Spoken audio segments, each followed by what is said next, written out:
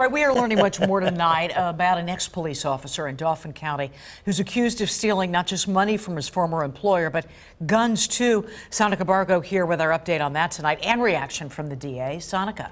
Alicia, the Dauphin County District Attorney Fran Chardo says he's grateful to the mayor of Halifax for helping with the investigation, which started with allegations of time card fraud. It led to a disturbing discovery and a stolen gun that's nowhere to be found.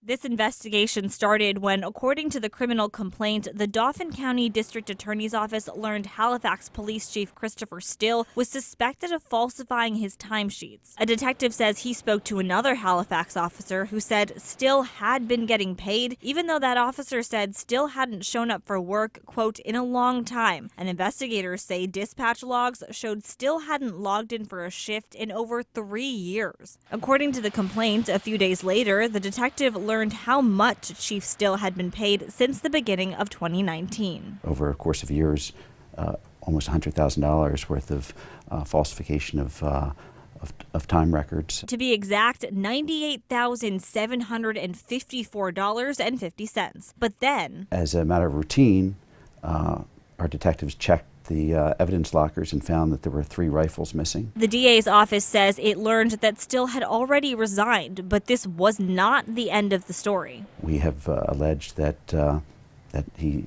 stole these rifles and sold 2 of them to a Perry County gun shop. Reeser's gun shop in Duncannon, where the detective says records showed Still had indeed sold 2 of the missing guns, which have since been recovered. As for the third is missing, and we're looking for it, trying to recover it. It is a rifle, and we have the serial number, and we've entered it into NCIC so that if it did come into police contact, we'd be notified. In the meantime, the DA's office talked to Christopher Still. According to the criminal complaint, the detective says Still admitted to double billing the borough and to seizing the 3 guns as part of a drug case in 2010. The detective says Still claimed he'd had Swatara Township Police take the guns to be destroyed, but investigators say Swatara Township PD told them they would never go to another department to pick up evidence and destroy it. So the DA's office interviewed Still once again in November, and this time, according to the complaint, Still admitted he had stolen the guns. Obviously, it's deeply troubling. We asked DA Fran Chardo why it took so long for all of this to come to light. Chardo says power had its perks. He was the officer in charge. He was the chief, and that's what enabled him to